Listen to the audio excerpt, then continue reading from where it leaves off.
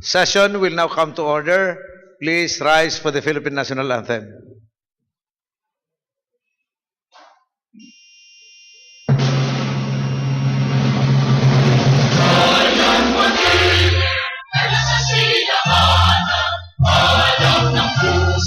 Sa likod ko'y bukay, lupang hinirang, buwan ang pag-ibig, sa manlulupit, di ka kasisingin, sa latatang tupok sa simulat, sa langit ang bakaw, ay kinakang pinakawit sa kanya'y minamahal, ang isang ng patawat ko'y nagpay na natinigin, ang ikupin na parang kakayan, ang kalimang bibigin, lupa na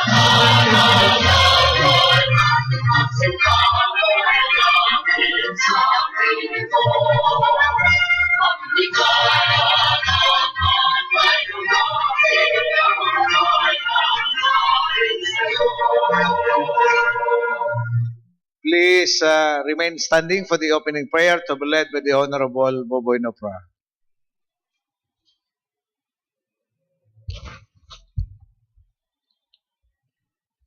In the name of the Father, Son, and the Holy Spirit. Amen.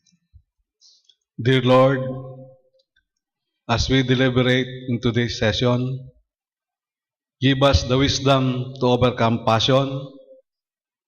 Give us that understanding heart to do away with prejudice. Give us the foresight to know what the future may devise. Give us the courage and strength to seek the truth and what is good. Give us the facility of language that we may be understood. And finally, our Lord, make us worthy public servants of this province. We deeply love and highly honor the province of Camarines Sur, the premier province of Bicol region. Amen.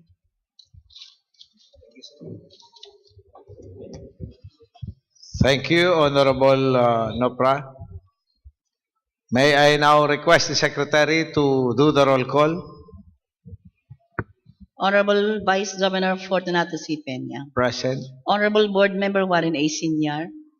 Honorable Board Member Romulo O. Hernandez. Honorable Board Member Darius S. Nopra. Honorable Board Member Fabio F. Figuracion. Honorable Board Member Nelson B. Julia. Honorable Board Member Rodito P. Espiritu Jr. Honorable Board Member Angel G. Naval. Honorable Board Member Emmanuel H. Noble. Honorable Board Member Hilmar S. Pacamara. Honorable Board Member Amador L. Simando. Honorable Board Member Giovanni A. Senior.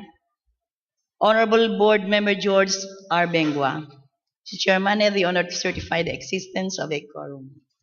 Okay, we now have the quorum. We'll now proceed with our session. The majority floor leader, the Honorable Angel Naval, is now recognized. Thank you, Mr. Chairman.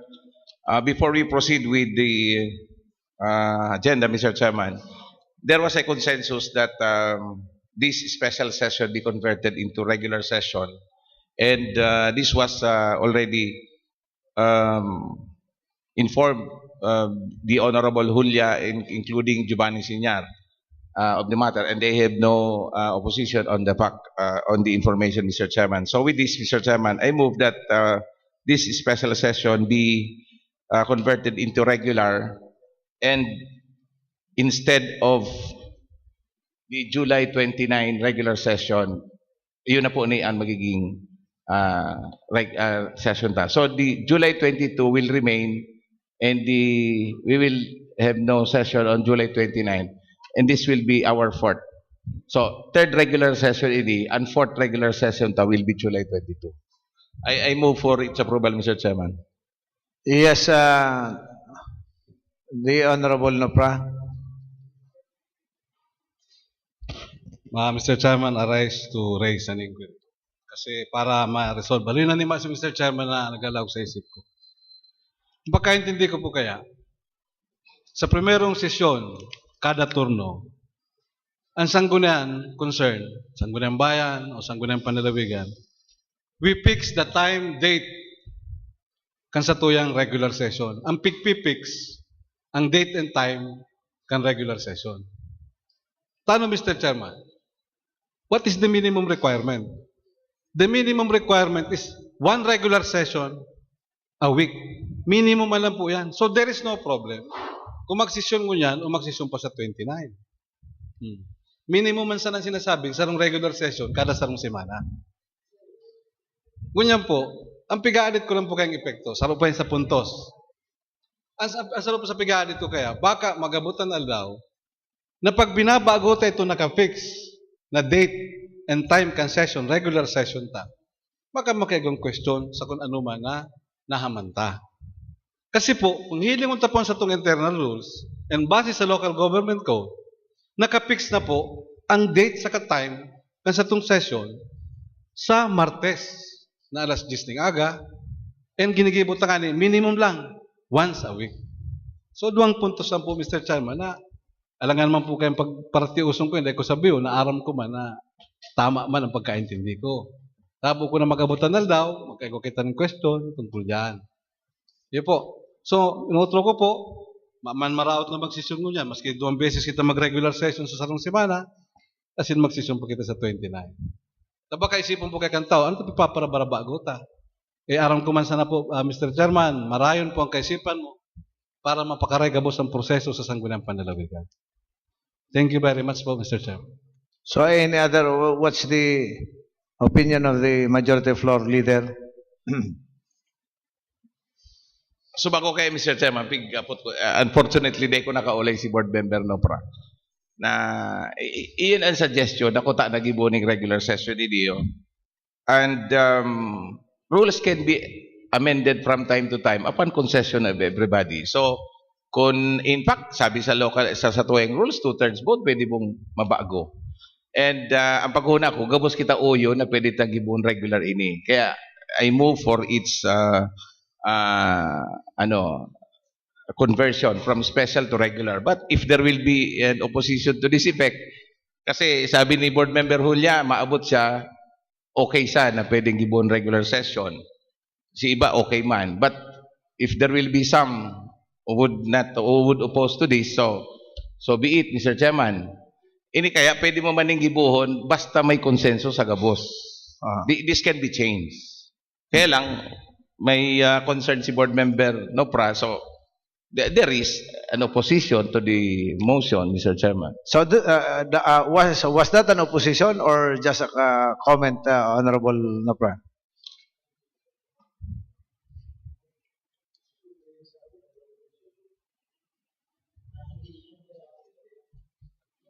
Mine, Mr. Chairman, was a simple inquiry. Okay. An inquiry, Mr. Chairman, so that all of us will be enlightened as to ano talaga ang dapat na ginigibo. O kung araw kayo, Mr. Chairman, mapaliwanag po lugod ko. Basta ako nag-inquire lang ako kasi aram ko tama ako. Ang naresibi kong agenda, special session. Ako nagigirong. Ako pa nga nag-lead kang prayer. Ngunya, nagtindog lang po ako, Mr. Chairman, kasi sinabi nang i-converted na sa regular session. Bako po yung araw kaya kayong kasimple. May mga dapat amindaran, may dapat bagoon. Kasi kung gusto ta sa ng araw kayo na mangyayari, Mr. Chairman, pwede man ako mag-request, mapista sa libmanan, pabago ko man ang sesyon. Habo ko po kayo, Mr. Chairman. Habo ko kayo, Mr. Chairman. Nasusupog na po ako. Kaya, nasa ko po, di ko nag-open air, piglilinaw ko lang. Tan dapat ko na. Kung gigibuntan ng regular session, dapat i-justify. Ano takay po ang gibuntan regular session?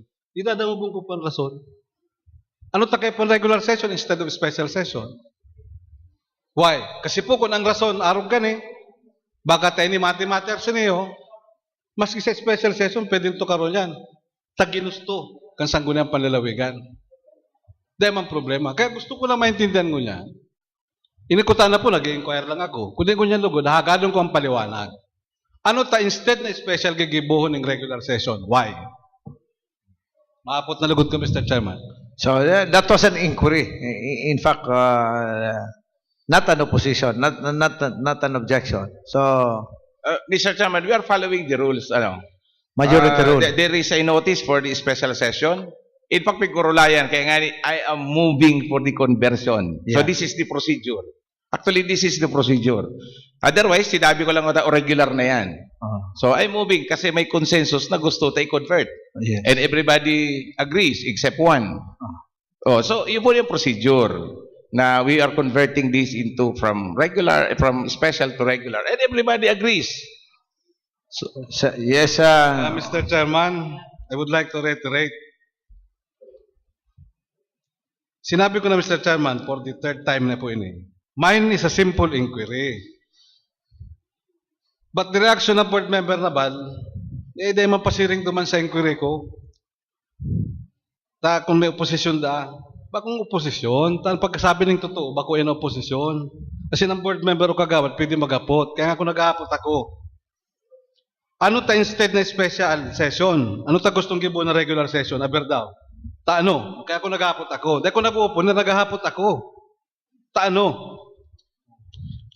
Mr. Chairman, according to the rules, we can change in fact, nag-session kita sa Manila. Pwede kita mag-session kung gustong kayo sa Libanan. Anywhere we can do. Basta pinagkakasurunduan kang grupo. So everybody likes except one. So the reason is there. Gusto kang grupong i-convert.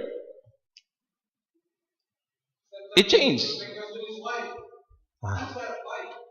Saro-saroon ta, hapoton ta daw ang kada saro, taano ta gusto ta iribay. This is not only for me. This is a consensus which I am just reiterating. Bako malang po di para sa ko eh. Kundi yun na pagkasurunduan ng grupo. May convert, except one. So, kindly register your opposition, then we can as well decide on the matter. okay. The Honorable Warren Sanyang. Thank you, Mr. Chairman. I forgot. There was a pending motion. Yes, as to why, Mr. Chairman. Yes. There are some members here, Mr. Chairman, were invited by Congressman Sal Fortuno to attend the SONA, which will be on the 28th of July.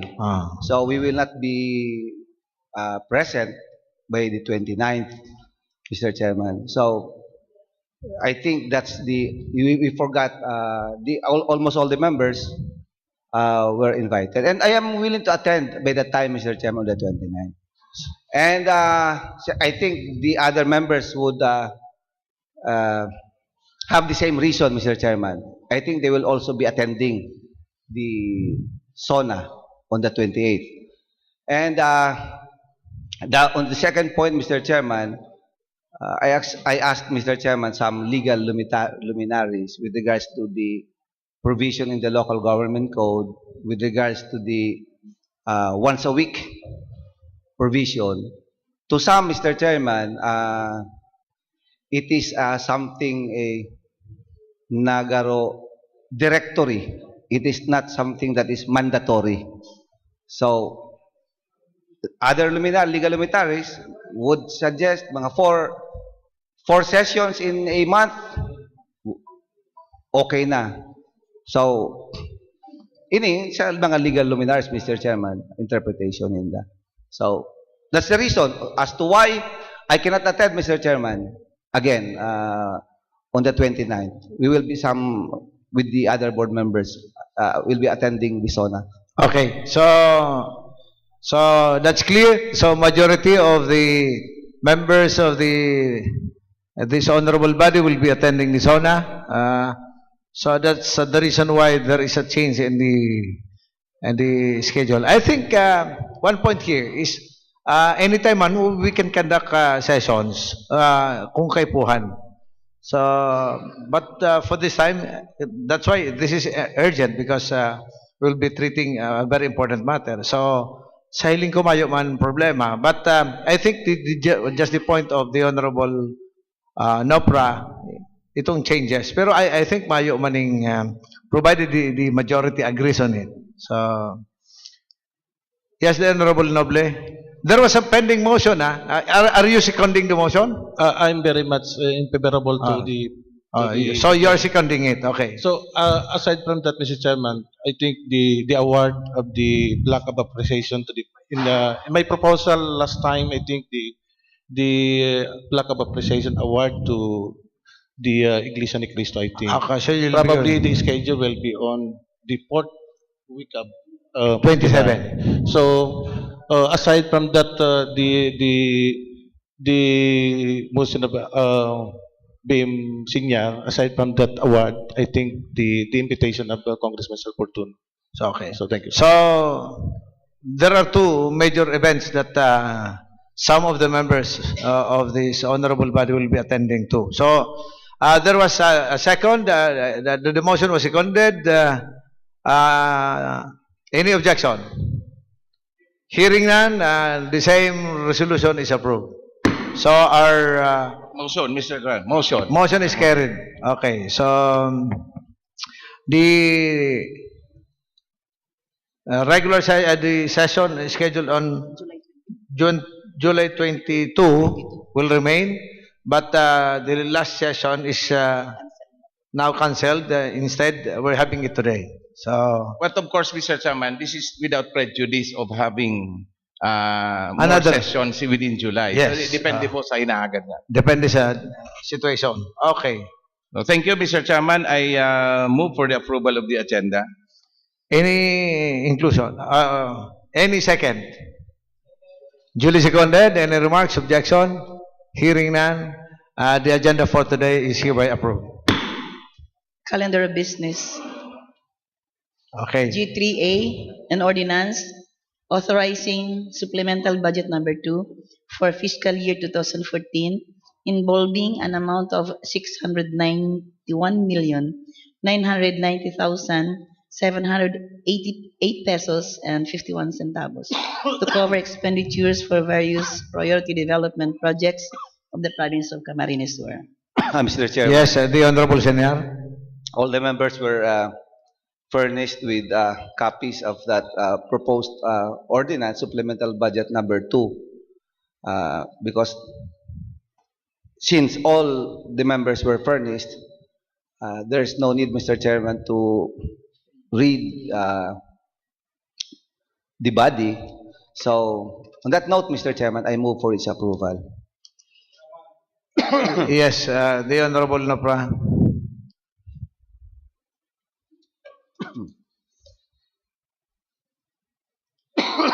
It is acknowledged, Mr. Chairman, that indeed we have our copy. Thank you very much, Board Member Warren Senyar. Mr. Chairman, I rise to raise an inquiry. In Section 1, Mr. Chairman, of this resolution, it is said here that it is hereby approved to cover for the expenditure for transportation and delivery expenses. Is this correct? For transportation and delivery expenses, is this correct? I'm just asking, We Mr. are Chairman. the one we are giving authority to the supplemental budget number 2. Maybe yung sinasabi mo siguro supplemental number 1, which we approved I think last month. Because, Mr. Chairman, again, we have some problem here. What we are approving is the I was 691 very million. much thankful to Board Member Warren Senyar for supplying us the copy. But then, after careful perusal, Mr. Chairman, kaya po ako, naghapot po ako with all due respect to my chairman.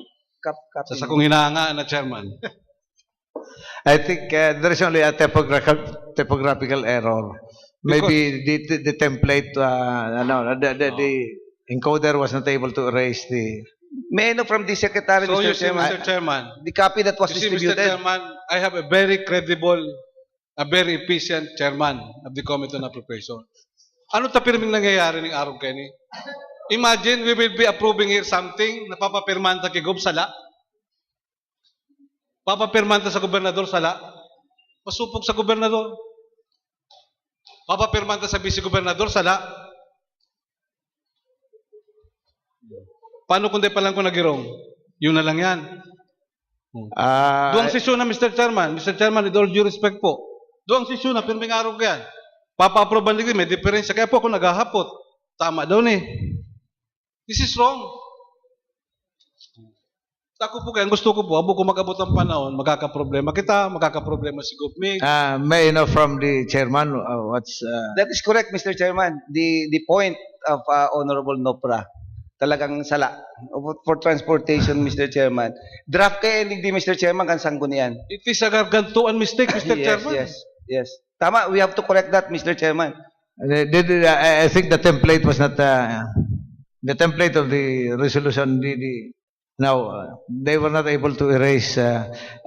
This is actually pertaining to the previous to Yes, supplemental budget number. one, Mr. Chairman. So whoever did that should answer to this office. Ano? We need to correct that. You can correct that, Mr. Chairman. So, tama man po si Victorio ko. Ano po, Vice Go? Salamat po. Tama, 100%, Mr. Chairman. Ma'am Marina, may Boboy Nupra, board member kita Boboy Nupra. At least natuturawan. He is in fact the vice chairman, the senior vice chairman of the Committee on Appropriations. Okay. So well noted. Thank you And po. Thank you po. the staff who prepared that should be very careful next time. Thank you very much, Mr. Chairman. Thank Another you. po, simple query man lang po kay Ray. This ordinance, Mr. Chairman, it claims, Mr. Chairman, among others, that the budget documents consisting of the following are incorporated herein and made integral part of this ordinance. May I be enlightened, Mr. Chairman, to whom it may concern? Ano po? Kasi kung narunganik yan, may napakulang. Where is this number one? The certification of new revenue source. Pwede po, magapot. Nasa po yun eh. The revenue source, Mr. Chairman, is the loan proceeds.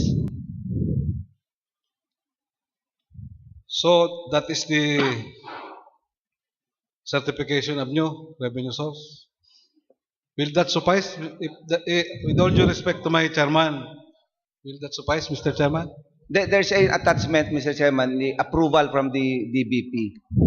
Did you furnish Mr. Chairman, can I ask the Provincial Secretary if you furnished the members, the attachment? Like for example, the notice of approval from the DBP addressed to Governor Mix Villaferte. My point here, Mr. Chairman, kaya, Yeah, with all due respect yes. to my chairman, natangali po bagang pag-abot kanal daw, kita magka-problema, ang gobernador taman, dahil man magka-problema, ano po, kapag tisirto ko po na kumpleto na eh. Kasi Mr. Chairman, may apot po ako sa imo as our former provincial board budget officer, sir. Ako po, sampalataya ako, sir, sa paliwanag mo. Sa klase po kang ordinansang ipapasartan ko niyan, ano po, ma-apply digdi ang Section 321 kang Local Government Code?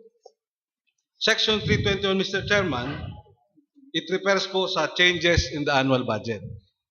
Will that provision po apply sa ordinansang ini, Mr. Chairman? Definitely, it is a change in the annual budget because we are actually supplementing it. So there will be a change. So the normal procedure in approving a budget should be observed. So if that is the case, Mr. Chairman, igwaning duwang requisitos para magpasar kan sarong supplemental budget.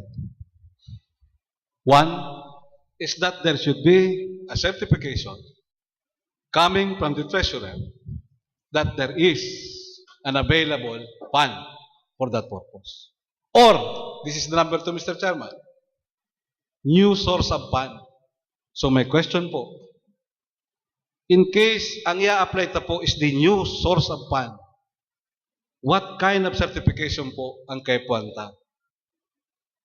Should the provincial treasurer certify to that effect? Will this letter of Mr. Peña suffice?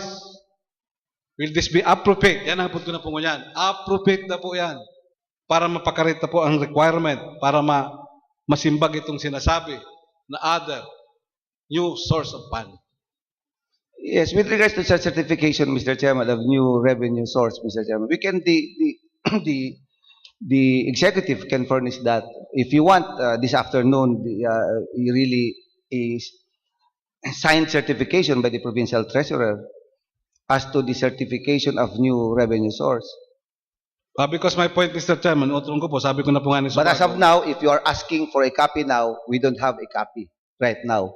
But if you insist, we can have that this afternoon.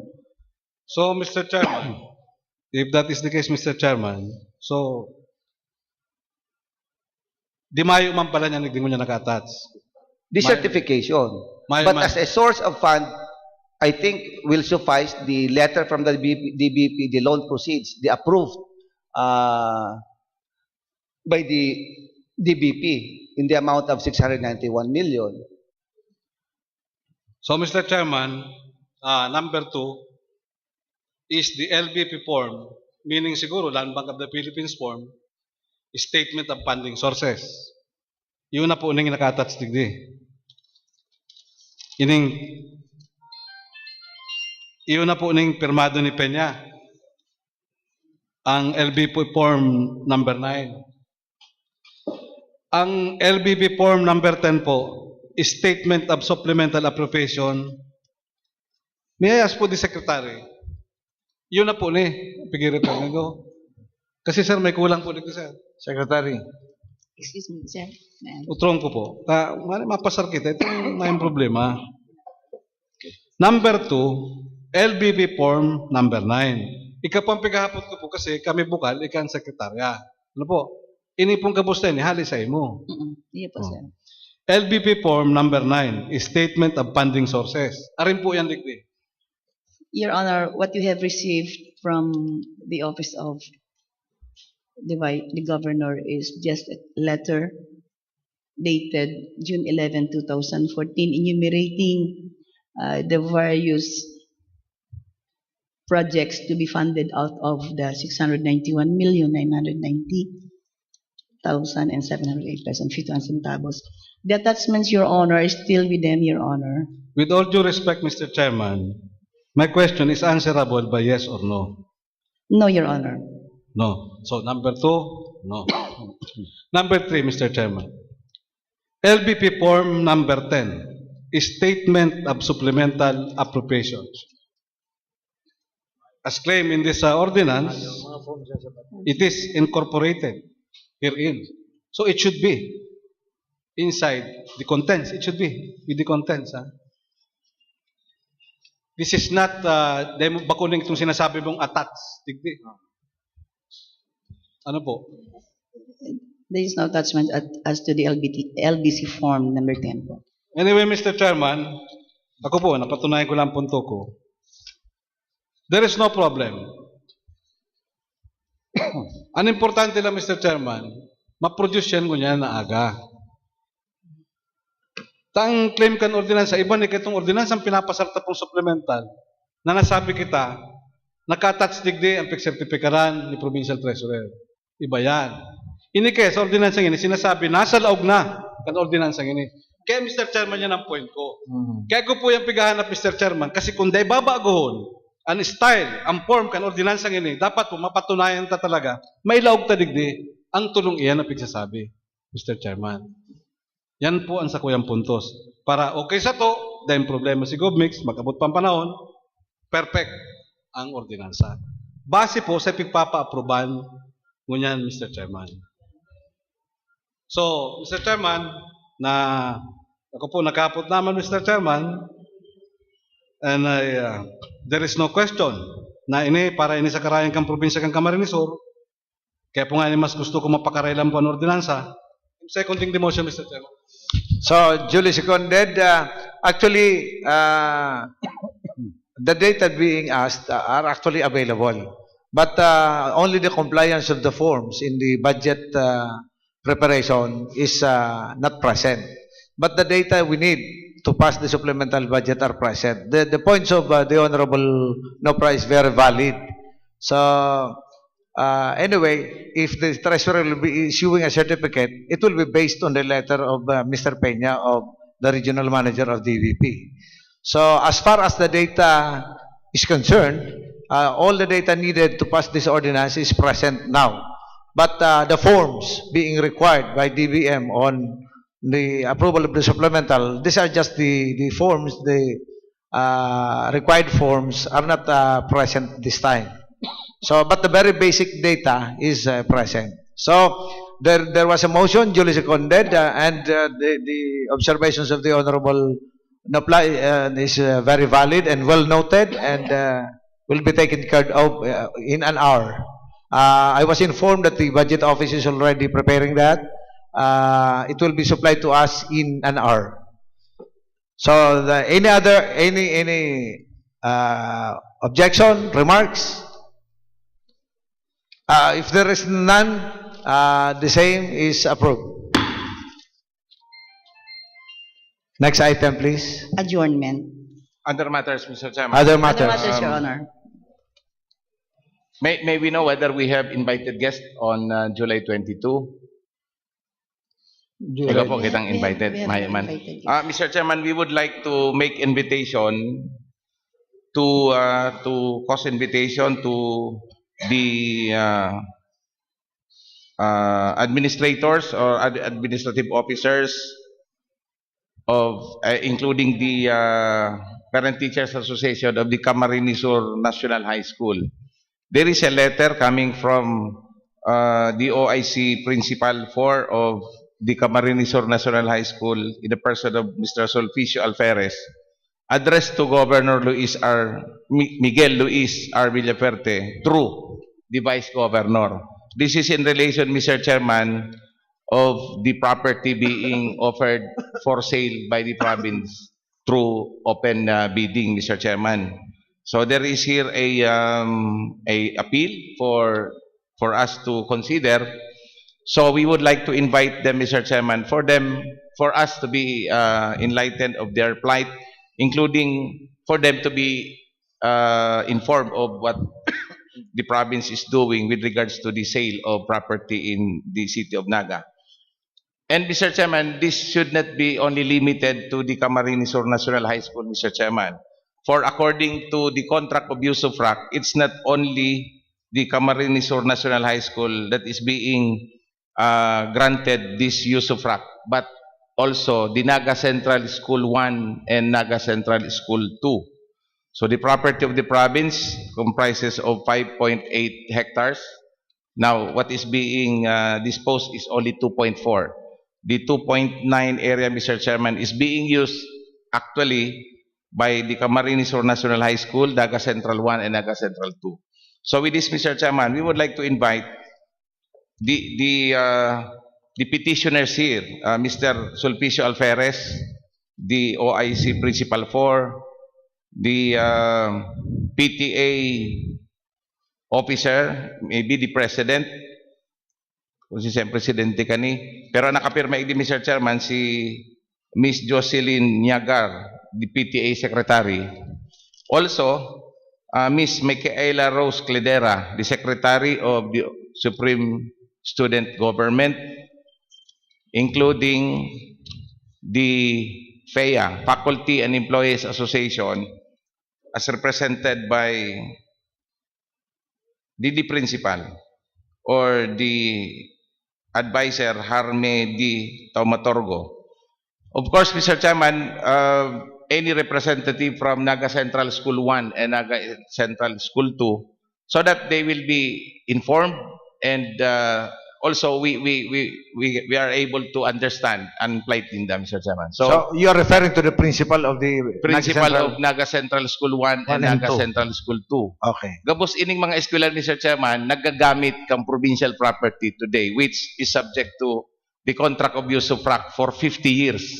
Okay. Pero bako ni Yuan bibenta kang probinsya. Okay. So, tulong eskwela po ang gusto tang imbitaran sa July 22. Okay. So the secretary so directed as requested with the Honorable Naval.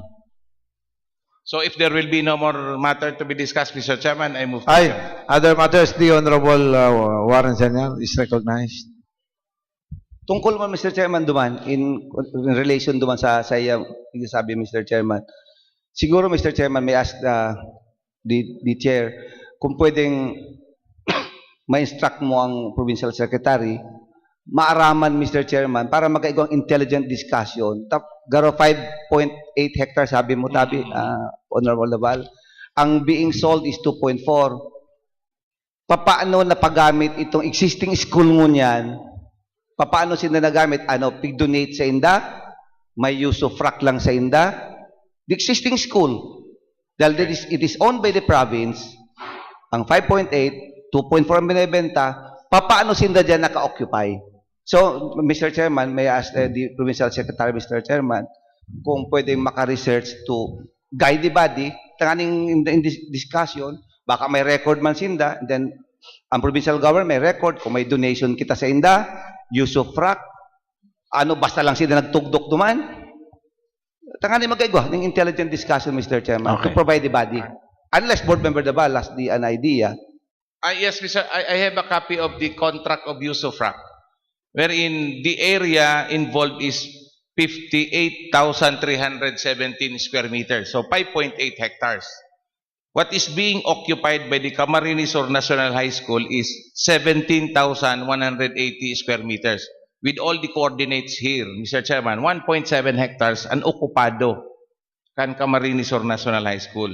Naga Central School 1, 5,054 square meters or half hectare. And also, Naga City Central School 2, 7,421 square meters or 0.7 hectares. And all the conditions, Mr. Chairman, are included herein. Na nakaralagdig diyo kung paano gagamiton. So, through a contract of use of frac, Mr. Chairman, these schools are allowed to utilize or to make use of the property for 50 years without fee. Pwede sila magtugdok, mag-construct, basta ang condition lang igdi for educational purpose only, Mr. Chairman. So, kung magnegosyo sinda, pwedeng haliun ta ang kontrata sa use of frac. So limited lang siya duman. Kung itong sarong school, Commercial National School, limited lang sa 1,700 plus. And very clear igdi, Mr. Chairman, sa use of frac.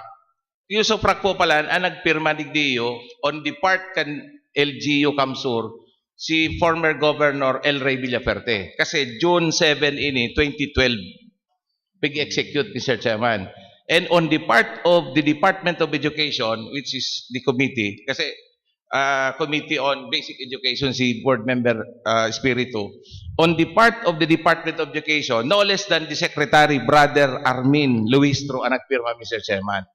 So we have here a use of frac, and it is very clear in this use of frac na the remaining 2.4 hectares, belo naman nagagamiton kan LGU Kamsur. And in fact, nakalagbadig grabe ang appreciation ninda kan DepEd sa LGU, kan generosity, kan pagpagamit. Because the contract of use of frac, Mr. Chairman, may period na 50 years and renewable for another 50 years. So gusto sabihin, last year lang sila nag-execute, so 49 years pa pwedeng gamiton ang daga and renewable for another 49 years, provided, 50 years, provided the daga or the lot will be devoted for educational purpose only, Mr. Chairman.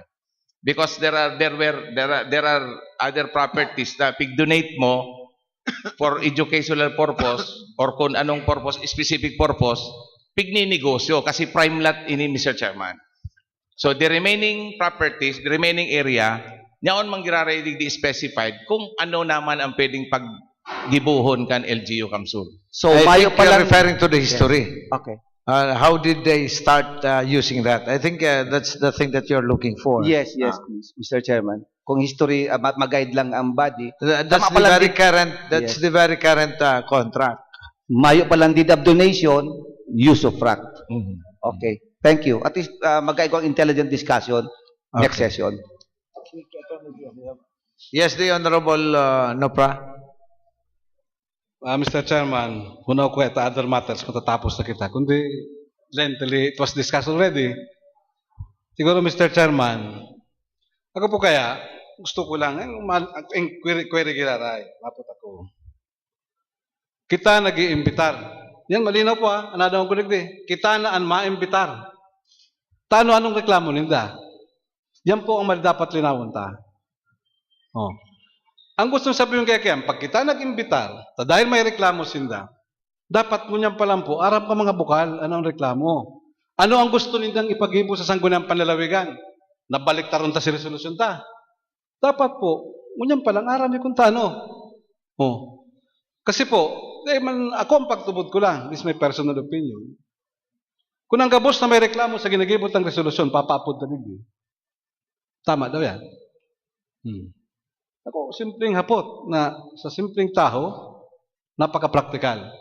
Kaya po sa sitwasyon na ini na itinugot na po nindo, napapaimbitaran ta, pwede daw pong maraman ko ano ang sa indang reklamo. Ano po ang reklamo ninda? Ano po ang gusto nindang ipabago sa panlalawigan? Pwede daw po maraman ko. So, the Secretariat is directed to furnish all members a copy of the petition submitted to us so that they will have idea on. I think all of you are given a copy already. Ako, Mr. Chairman. May we ask Mr. Chairman, our provincial. Mr. Chairman, ang surat Because- po kaya nag-abot ini July 9. July 9. Ni-receive ini sa sanggunian July 9. Anong mo yan? 11. The other day lang po. So may we ask, I took the advantage, Mr. Chairman, na i-include na ini, tangaling makaiba sa July 22. Okay. May we ask our provincial secretary, when do you intend to furnish the members of the board? Today. Today, sir, we are intending to furnish. In fact, sir, that was already included in the tracking system. And it was already placed in the Pero na-furnish na po ang... PowerPoint. Yes, we are going to furnish it because that is to be scheduled on June 22 session. So Okay. when we prepare the June 22 for June 22 session, the materials will be included in it. Mr. Chairman, so may sesyon kita sa July 22. Opo. Ako po, Mr. Chairman, ang sabi na paparnisan kami gabos ngunyan. Tigdadaan ko po kayo, tayo po kaya labi kadelikadong bagay. Sabi nga niya, less talk, less mistake. Pwede daw po kami mga bukal, ma-providean kaming kopya, kan sinasabing ining contract abuse of practice, para po, daw pa paano mapagadalan may man ang pag-uurulayan ligdi sa pirang panahon pa natatada. Number 2, Mr. Chairman, pwede daw po maparnisan kami mga board member, kan mga resolution po, na pick-approve kan disposal committee. Pwede daw po. Para arami man. Tan madirig din nakakaintindihan. Mga emotional pati yan. Baka anmalos ang board member din nag-aaram kung anong pag-uurulayan. So Mr. Chairman, pwede po. Mga resolution po kan disposal committee, kan properties o disposal committee kung ano yan. Tapos po itong contract abuse of practice. Saka ano po man po pwedeng pakinabangan may sa pag-adal may manungot po sa issue ini, Mr. Chairman. Pwede daw po. Yes, the Secretariat is directed to provide you all the documents you need so that we'll have a very intelligent discussion on July 22 when we have the guests from Naga City. Okay. No more matter to be discussed, Mr. No, Chairman. no more other I matters? reiterate my motion to adjourn, Mr. Chairman. There is a motion to adjourn. Any objection? Any second? Unanimously seconded. Session is adjourned. Good morning. Thank you very much. God bless you all.